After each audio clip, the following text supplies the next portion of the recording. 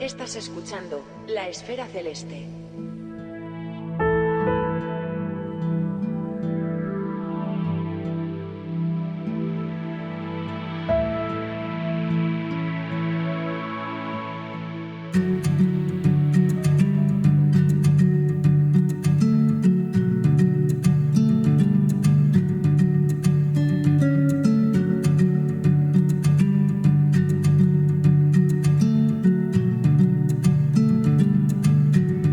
Las Red Luminous Novae o novas rojas luminosas son un tipo de objetos fascinantes. Detrás de sus estallidos de luminosidad y de su intenso color rojo se esconde la historia de estrellas que colisionan y se funden, de gigantescas nubes de gas y un montón de física. Son objetos escasos que conocemos desde hace poco tiempo, aunque ya contamos con imágenes icónicas de su espectacularidad, como el caso de V838 Monocerotis. Nuestra invitada de hoy se ha especializado en el estudio de estos astros y lidera un proyecto que ha recibido el reconocimiento del Consejo Europeo de Investigación, y que por cierto tiene un acrónimo de los que nos gustan. Nadia Blagorodnova desarrolla actualmente su actividad en el Instituto de Ciencias del Cosmos de la Universidad de Barcelona y nos cuenta la fascinante física y los procesos que se dan en este tipo de eventos, a medio camino entre las novas y las supernovas.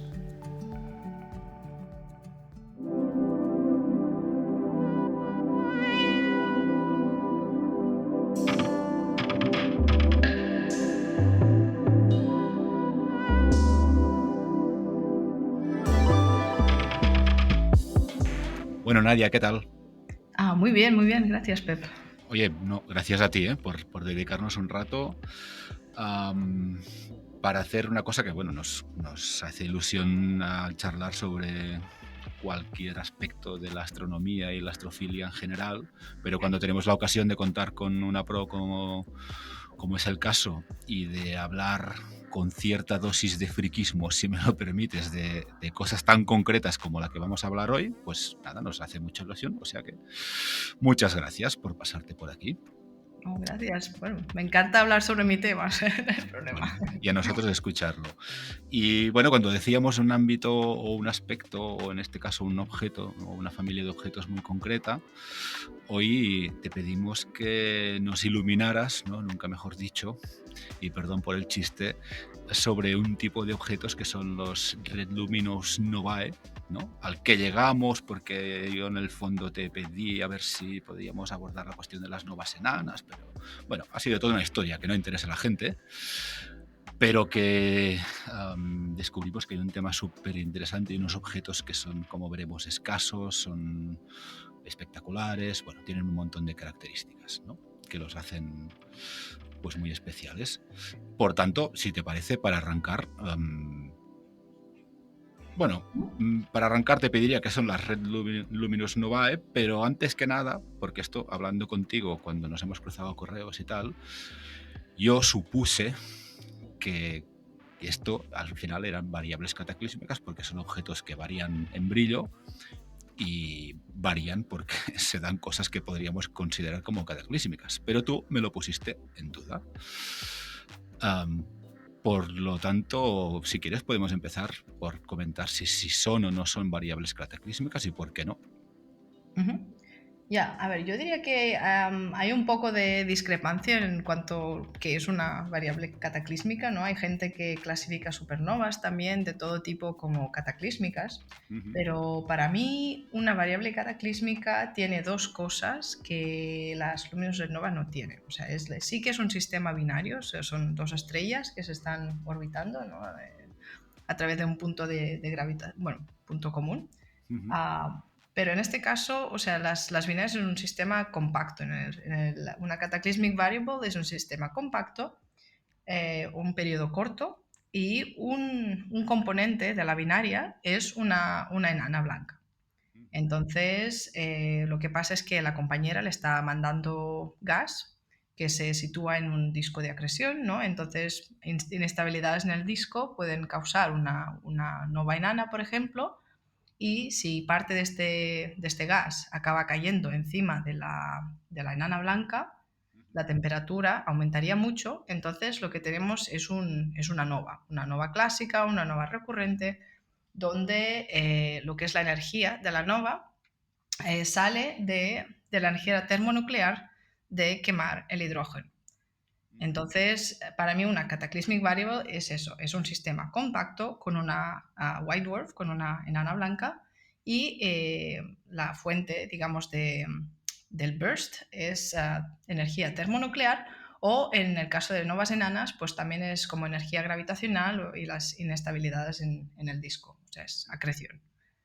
Entonces, como ya veremos, las luminosas novas no tienen ni una cosa ni la otra, ni son sistemas compactos, ni las dos estrellas básicamente son estrellas normalmente en la secuencia principal.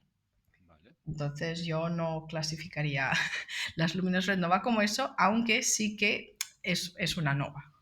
Vale.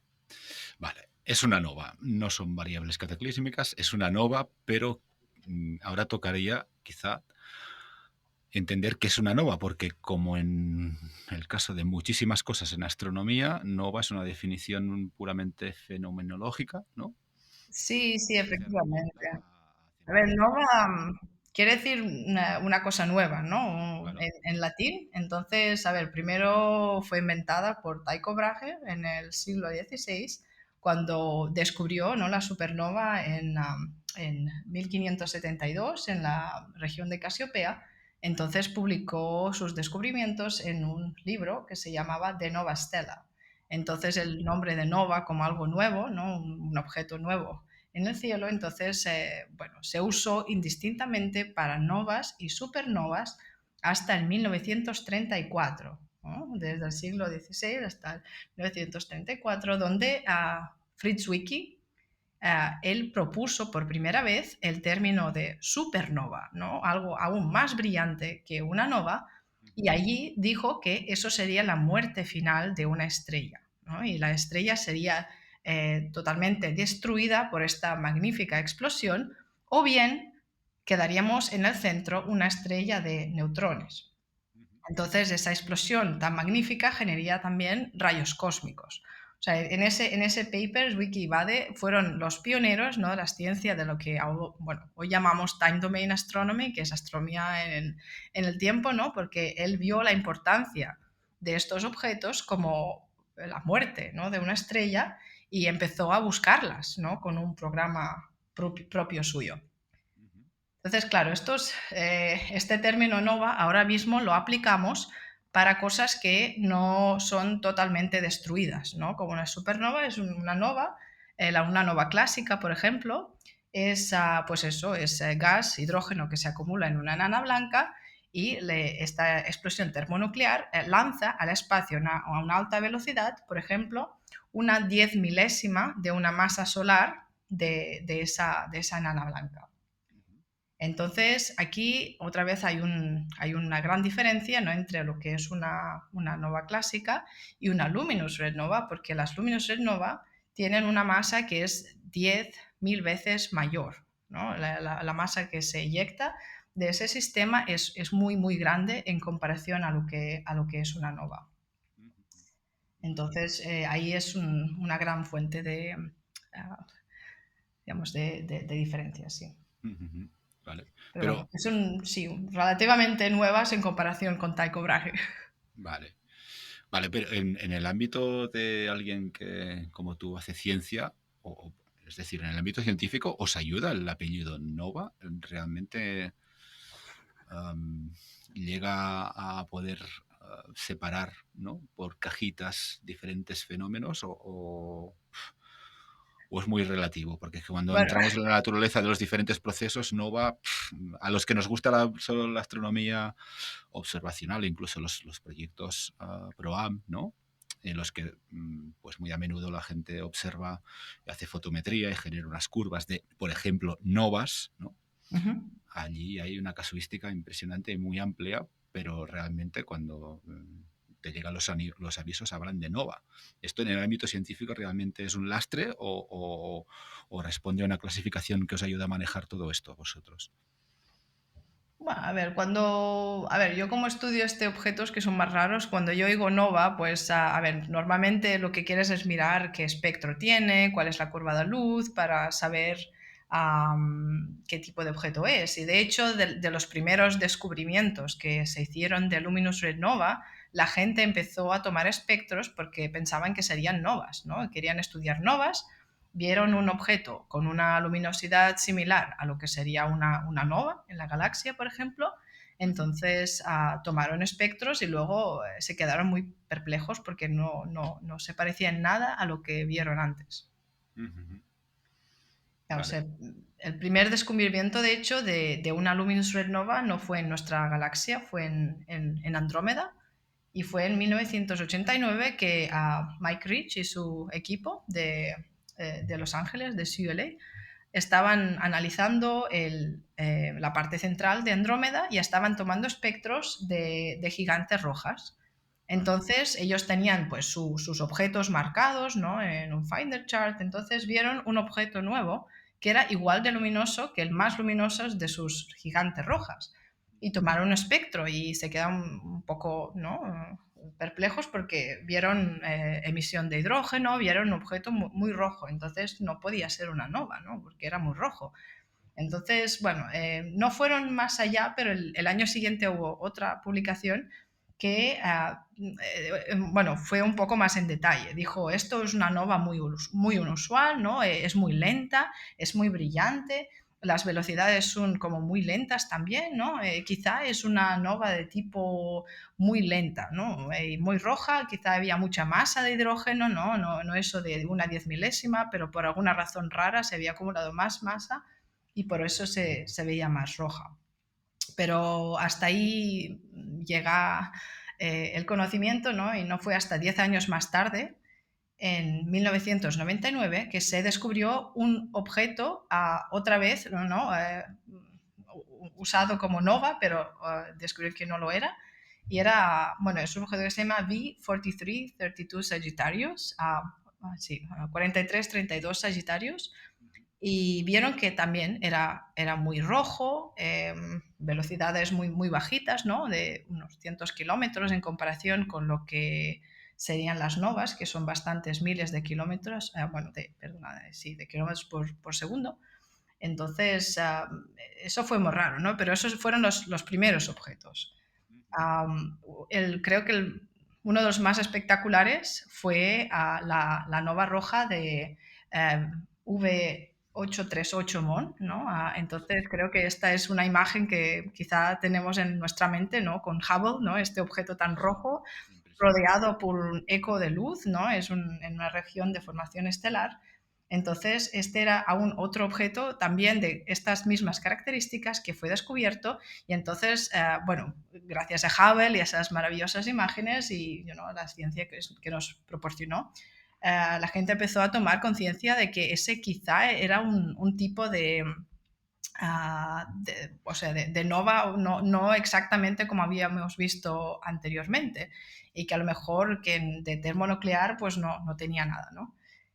Y bueno, no fue hasta el 2007 que se vio una nova otra vez en una galaxia cercana.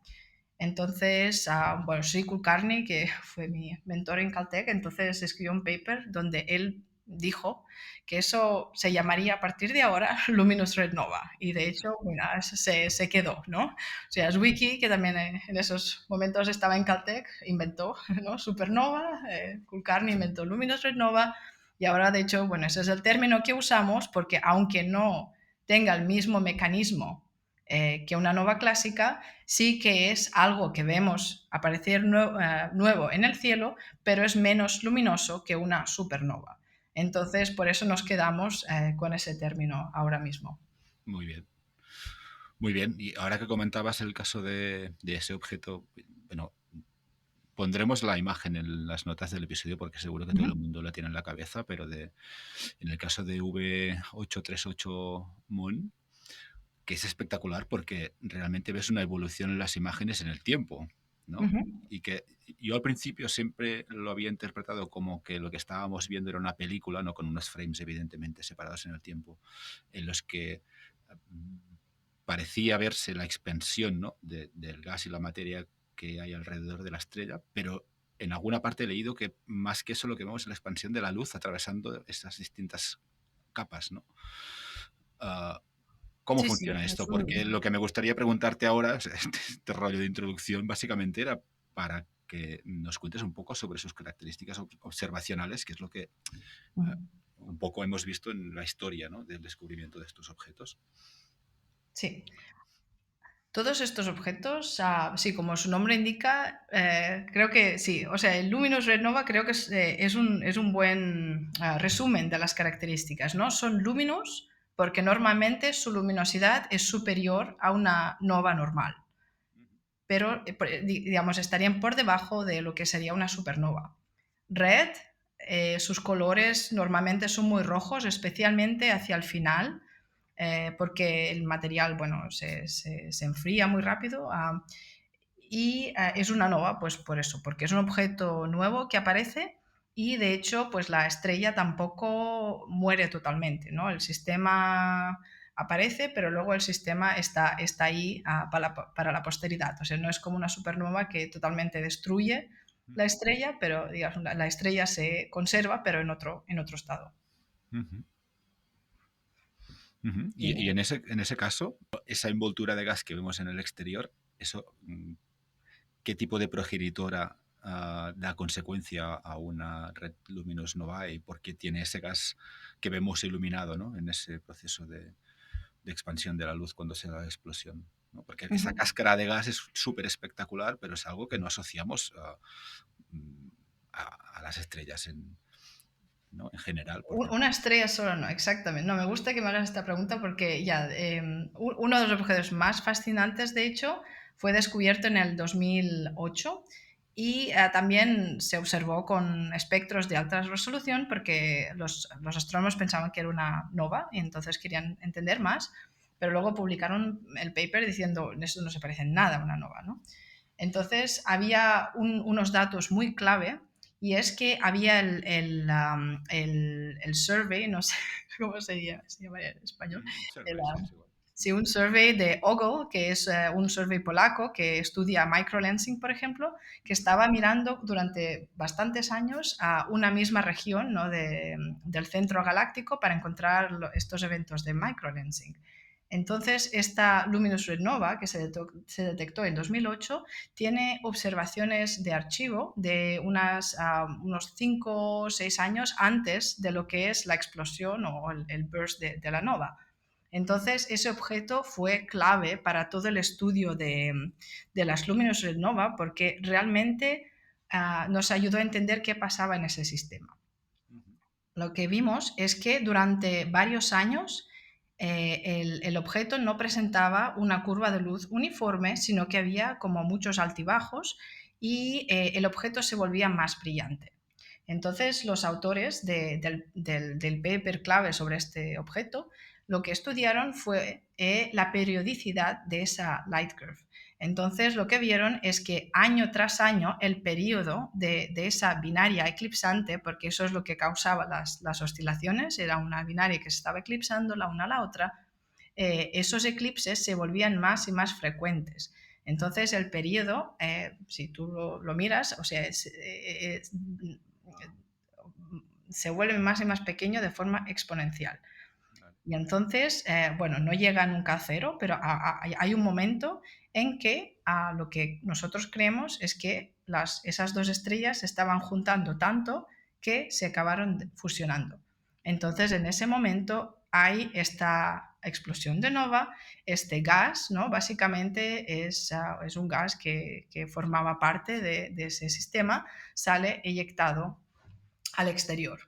Entonces lo que vemos es, claro, como no hay energía termonuclear, hay unas energías más pequeñas, ¿no? Es la rotación de la binaria la que impulsa esta energía, entonces por eso vemos velocidades mucho más bajas, pero también vemos una cantidad de masa eyectada mucho, mucho mayor en estos sistemas y por eso lo vemos también más rojo.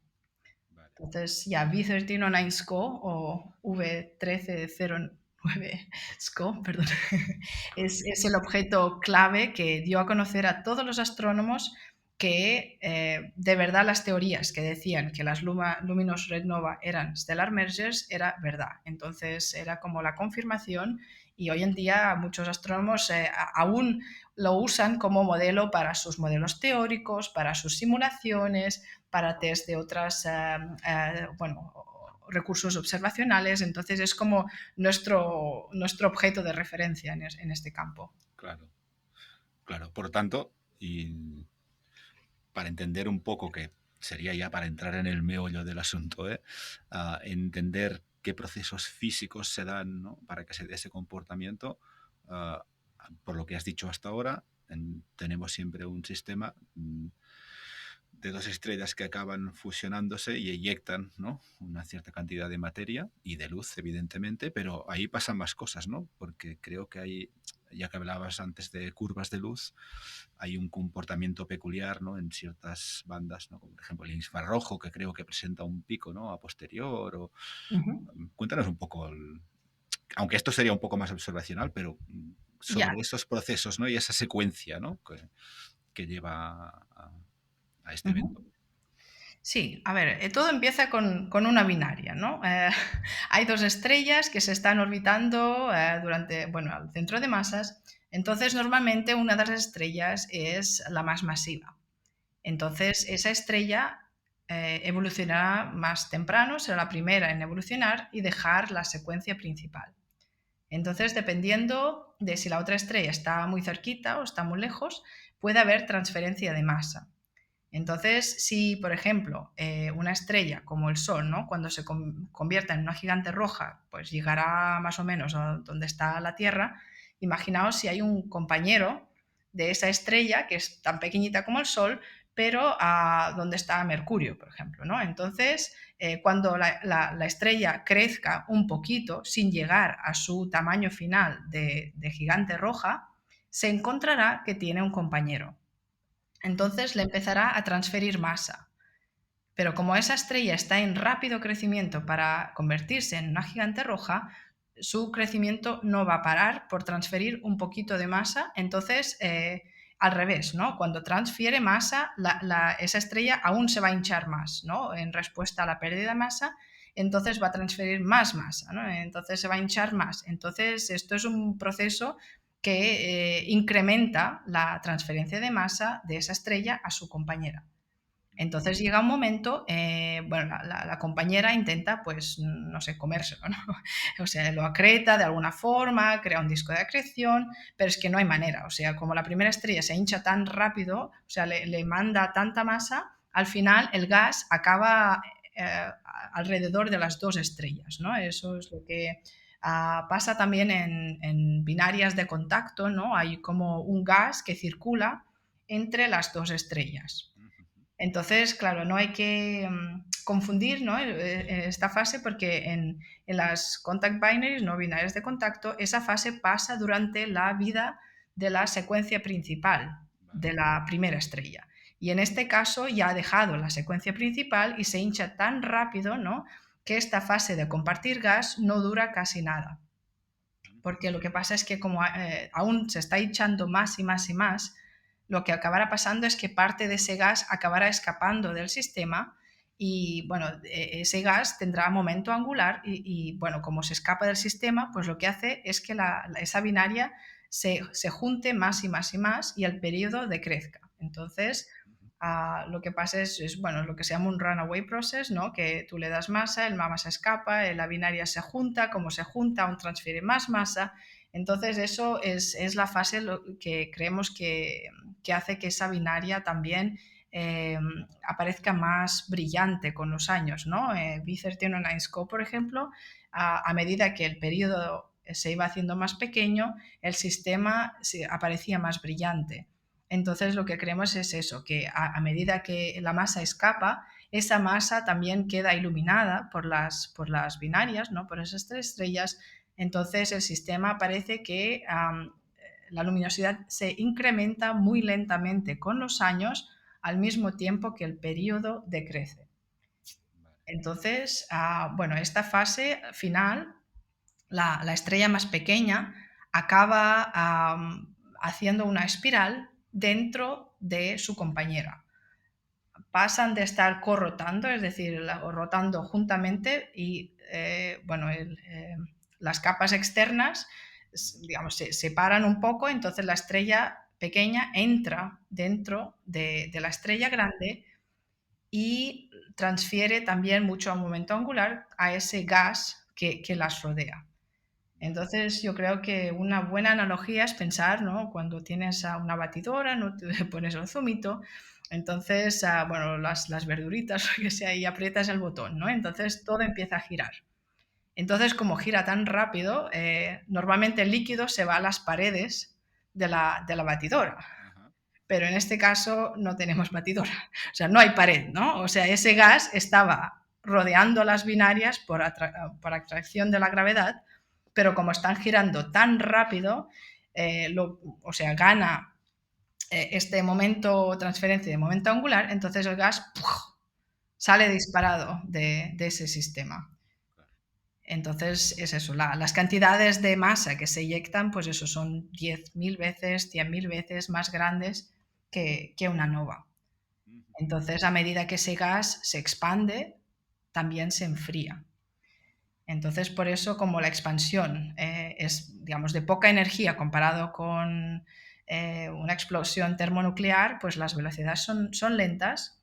Como hay mucha masa, nunca vemos el centro de la estrella. Lo que siempre vemos es esa masa que ha estado eyectada y que se vuelve más y más fría, y por eso también vemos que una vez el óptico decae, lo que se enciende es el infrarrojo.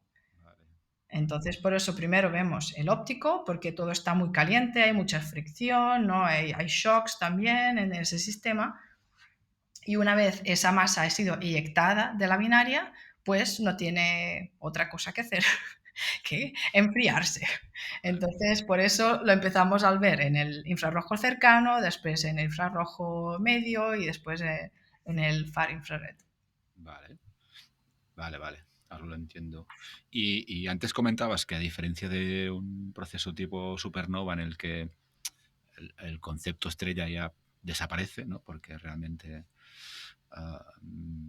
bueno, estalla todo y no queda ni rastro de lo que en principio es una estructura que define a una estrella. En este caso comentabas que no, pero con el festival de energías y momentos y tal que nos acabas de describir, ¿qué queda ahí? Es decir, estas dos estrellas que se han ido juntando hasta el punto en que una entra dentro de la otra, ¿esto en qué desemboca?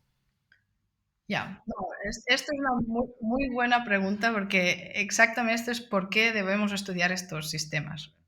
Porque hay dos opciones, ¿verdad?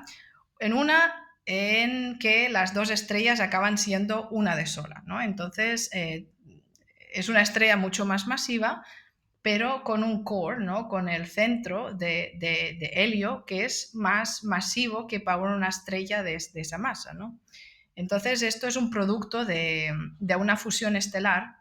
Entonces, esto podría explicar por qué, por ejemplo, en algunos clústeres de estrellas, que si consideramos que todas las estrellas nacieron al mismo tiempo, vemos que muchas de ellas evolucionan de la secuencia principal a la misma edad. Pero hay unas cuantas que son más masivas. Entonces, si son más masivas, tendrían que haber desaparecido ya, tendrían que haber explotado como supernovas o otra cosa. Estos serían los blue stragglers. Entonces, claro, un merger product es una estrella que evolucionó lentamente porque eran dos estrellas más pequeñitas, pero en un momento se fusionó, entonces forma una estrella más masiva que no podría existir. Entonces, uno sería el producto de merger. Pero imaginaros que esta transferencia de masa se realiza no donde está Mercurio, pero donde está la Tierra, por ejemplo, ¿no? O sea, el Sol se vuelve gigante roja y se encuentra un compañero a donde está la Tierra. Pues, ¿qué pasa? Pues que esa estrella realmente es una gigante, ¿no? Entonces tiene un corazón bien definido de helio, pero todo el hidrógeno está esparcido con una densidad muy baja. Entonces, un compañero a una distancia bastante más lejana podría limpiar ese hidrógeno Ujú. y de forma que no hace falta que se fusionen, ¿no? O sea, iría haciendo esta espiral con su compañero, le ayudaría a quitar la mayor parte de su gas, pero entonces separaría a una corta distancia del núcleo de la primera estrella. Entonces, eso es importantísimo porque eso significa que ha nacido un sistema binario compacto. Entonces, las cataclysmic variables todas tienen periodos de unas horas, algunos minutos, un poco más, pero son todos sistemas muy compactos y el corazón es básicamente una white dwarf, ¿no? Que es lo que queda del corazón de una estrella que ha sido limpiada de todo su gas. Entonces, esta fase, donde las estrellas estas hacen la espiral, esto lo llamamos el common envelope. O, bueno, no lo sé cómo sería. Sí. Bueno, la envoltura. Envoltura común, sí, gracias. Correcto. Entonces, a ver, esta fase es necesaria para crear todo tipo de fenómenos astrofísicos, ¿no? Como las cataclysmic variables, los progenitores de las supernovas tipo 1, X-ray binaries, o sea, hay un montón de sistemas, por ejemplo, las fuentes de ondas gravitacionales también, todos están en periodos cortísimos. Y esto es imposible de conseguir si no pasas por la fase esta de envoltorio común. Entonces, en una luminous supernova lo que vemos es ese envoltorio común eyectado del sistema.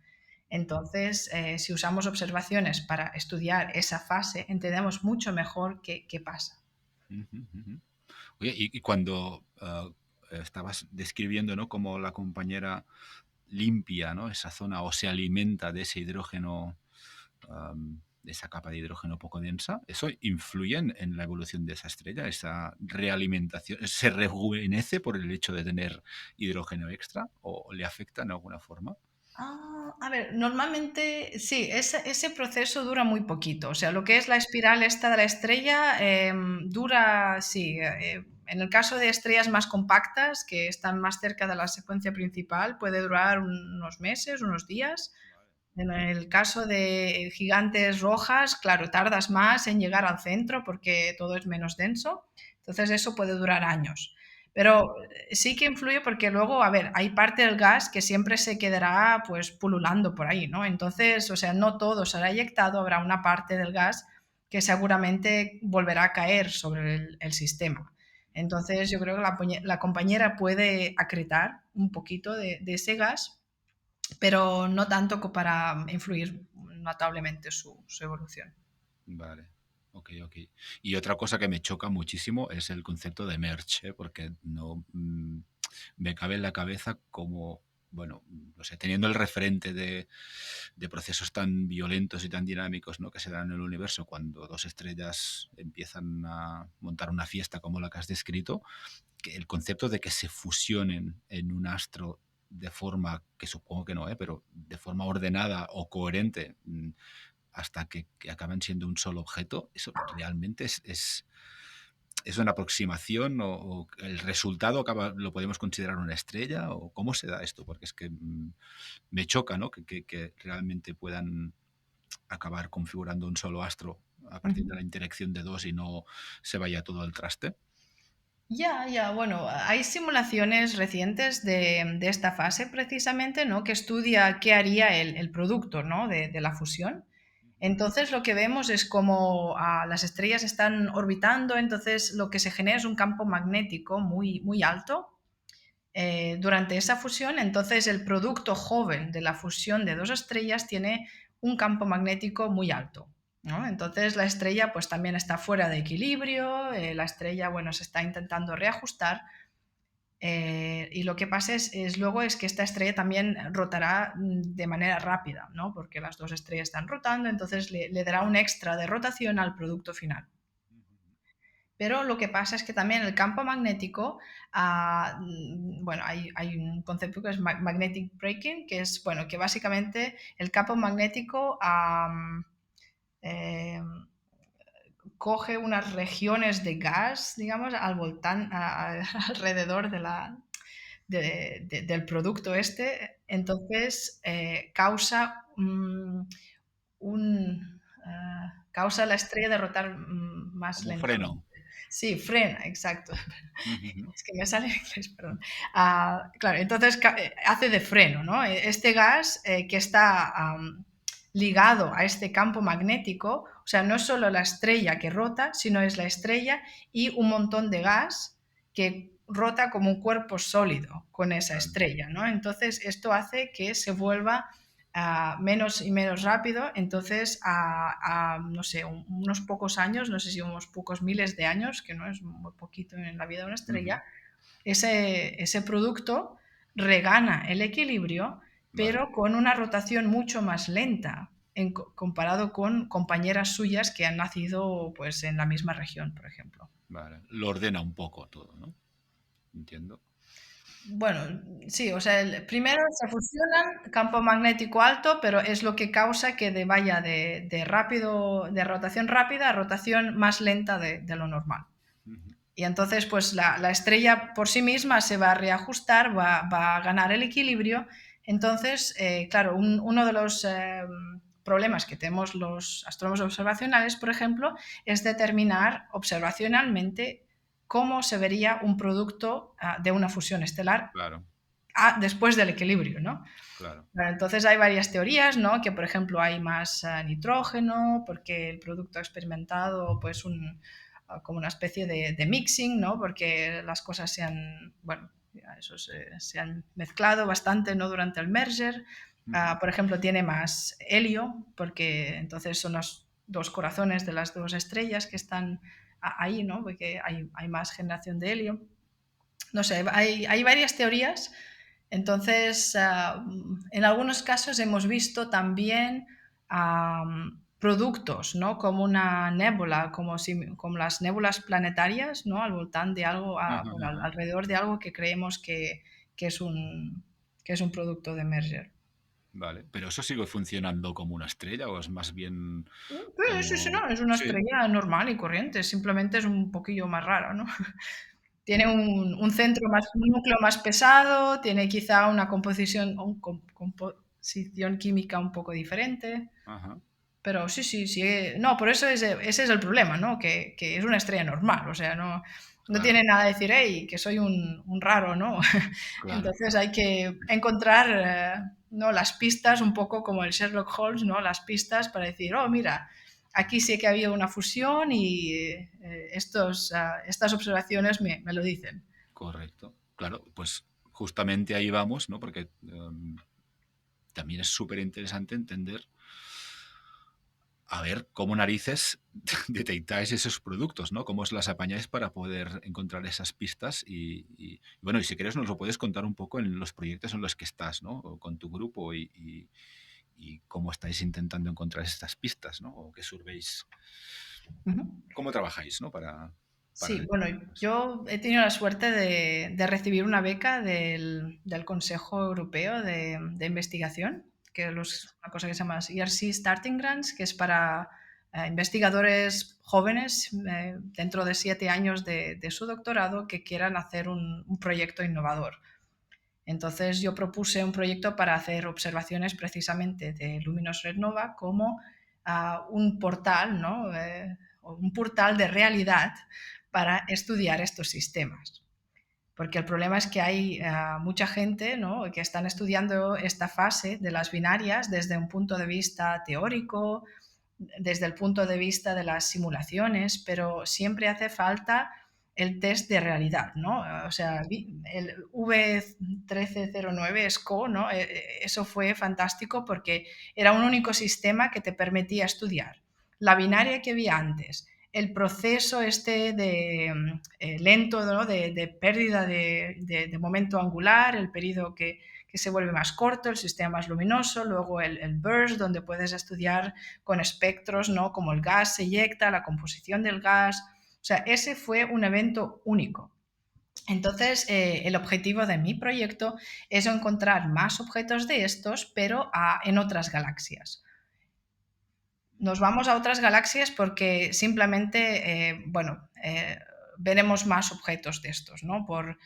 Hemos visto 4 de estos en nuestra propia galaxia, estamos esperando al siguiente, pero como no aparece, hay, hay más objetos de estos en otras galaxias, entonces es más fácil mirar un poco más allá de la Vía Láctea, ¿no? Entonces mirar otras galaxias a ver si los vemos. Y como, sí, como ya he comentado, en estos sistemas hay una parte de masa que se eyecta, entonces en los sistemas más masivos hay más masa y por lo tanto son más luminosos. Entonces algunos de esos son tan luminosos como supernovas poco luminosas. Entonces podemos abarcar un volumen bastante grande del universo cercano para estudiar estos objetos. Entonces, sí, mi proyecto lo que quiere hacer es usar observaciones, pero también combinarlas con modelos de binarias, ¿no? Para estudiar qué tipo de estrella estaba ahí, qué tipo de masas, qué tipo de ratio, ¿no? de masa entre las dos binarias, por ejemplo, qué periodos tenía ese sistema antes de fusionarse. Luego, a detectar esta fase lenta de lo que llamamos el precursor, ¿no? de incremento de luminosidad. Y lo que me gustaría de verdad es encontrar una estrella masiva donde yo pueda medir el periodo. O sea, hacer lo mismo que B1309 Scope, pero con un sistema masivo en otra galaxia, ¿no? Donde podemos ver que el periodo se vuelve más y más corto. Entonces, ahora mismo tengo varios colaboradores que lo que hacen son simulaciones de esta fase, ¿no? Tienen binarias, entonces pueden mirar de qué forma el periodo disminuye a medida que el gas es transferido de una binaria a la otra. Entonces eso ya sería fantástico, porque primero de todo entenderemos qué tipo de estrella estaba ahí. Luego veremos el cambio en el periodo y podremos simularlo, ¿no? Podemos hacer una simulación que nos explique de qué forma esa binaria se está transfiriendo masa de esa forma tan inestable, tan exponencial, ¿no? Que nos lleva a la fusión final. Entonces también podemos observarla con diferentes telescopios, ¿no? Lo que es la fase de la explosión, ¿no? del burst, y la fase final también. O sea, ahora mismo, por suerte, tenemos telescopios maravillosos, ¿no? Como el James Webb, que nos permiten estudiar precisamente la parte esta infrarroja. Y esta parte es muy importante porque también nos cuenta a qué tipo de partículas se están formando ahí, ¿no? ¿Qué tipo de polvo estelar, ¿no? Porque esto es muy importante, ¿no? Y nos permitirá también, por ejemplo, poner un tipo de peso, ¿no? O sea, cómo de importantes son estas fusiones estelares en crear parte de este polvo interestelar que vemos en las galaxias. Entonces, bueno, es un proyecto que yo lo llamo como 360 grados, ¿no? Para entender lo que es el Common Envelope, desde lo que es el progenitor hasta la fase final del producto de la fusión. Interesante. Y si lo he entendido bien, por lo que se refiere a las observaciones, fantástico que tengamos el web y otros equipos, pero entiendo que también os apoyáis en datos antiguos, ¿no? De surveys y cosas así, porque si podéis establecer una progenitora en una imagen antigua, luego el hecho de tener esas dos imágenes os permite inferir una secuencia o no va tan por ahí la cosa. Ya, vas por buen camino. Ya, lo que hemos hecho con mi grupo es hacer un catálogo de Hubble, ¿no? Del Hubble Space Telescope, de galaxias cercanas. Entonces hemos catalogado todas las estrellas que son masivas y que están dejando su secuencia principal para convertirse en gigantes rojas. Como esa fase es tan corta, tarda solo unos miles de años, ¿no? Comparado con una estrella que dura millones, ¿no? Eso es nada, es un microsegundo, ¿no? En la vida de una estrella.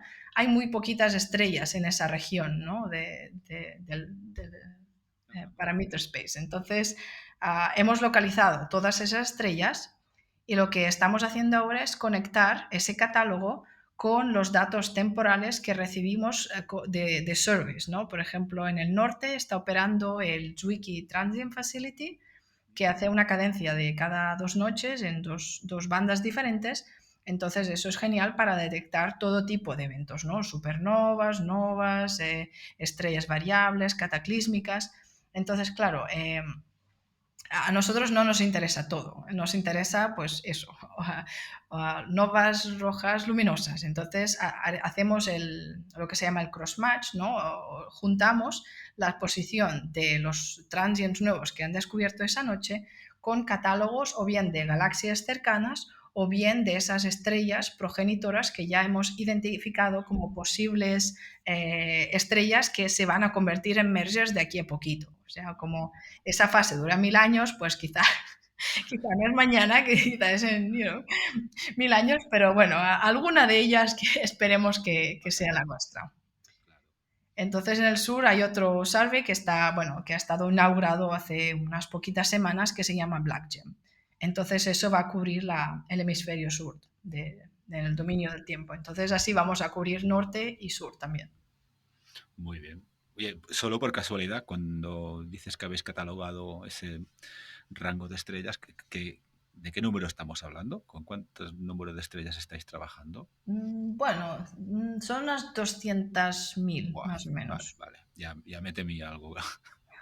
Vale. Algo así. A ver, hay contaminación también de estrellas galácticas y todo eso. Bueno, estamos trabajando en proporcionar una probabilidad, ¿no? ¿Qué probabilidad es que sea una estrella en nuestra galaxia, que sea muy pequeñita pero muy cercana, o que sea una gigante amarilla en una galaxia a 10 megaparsecs? Pues bueno, de momento estamos trabajando en ello. Muy bien, tela, ¿eh? Súper interesante, Nadia, ¿eh? Esto nos ha gustado mucho. Pues oye, muchísimas gracias por haber puesto luz en estos objetos. Ese chiste fácil otra vez. Me parece súper interesante. Si te parece bien, pondremos en las notas del episodio las referencias a los objetos que has comentado, ¿no? Porque hay alguno que además es muy icónico. Uh-huh. Y también alguna referencia al proyecto que estás liderando y datos tuyos, ¿no? Porque si a alguien le apetece seguir esta aventura, pues puede hacerlo, ¿vale? Ya, bueno, yo creo que también es muy fácil acordarse de mi apellido. Si os habéis, Sí. si No os me he habéis quedado atrevido, con no me he el tema. atrevido.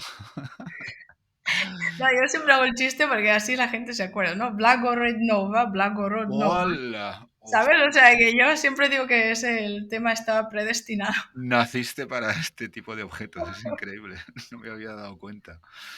Muy bien, muy bien, muy bien. Esto vaya para el Nobel, ¿eh? Ya, bueno, las siglas también de mi proyecto es C-3PO, o sea, No me digas. C3PO. Vale. Significa Common Envelope Transients, Progenitors, Precursors and Properties of their Outbursts. O sea, ¿Y ese nombre que lo puso? Yo. Claro. Un acrónimo. Casual. Bueno, Un acrónimo. Sí, para los casual. proyectos del IRC tienes que inventarte un acrónimo, y eso fue un día que se me encendió la bombilla. Qué bueno.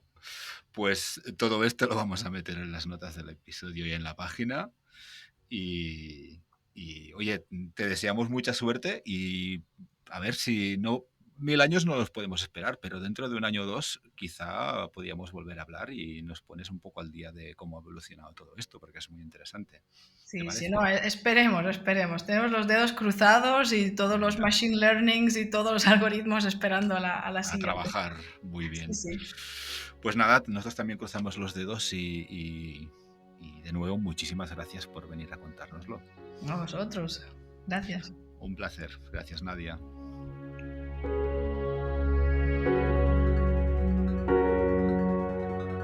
Podéis escuchar La Esfera Celeste en todas las plataformas de podcasting. Encontraréis más información sobre todos los episodios y sus invitados en laesferaceleste.com. Muchas gracias por acompañarnos y hasta el próximo viaje.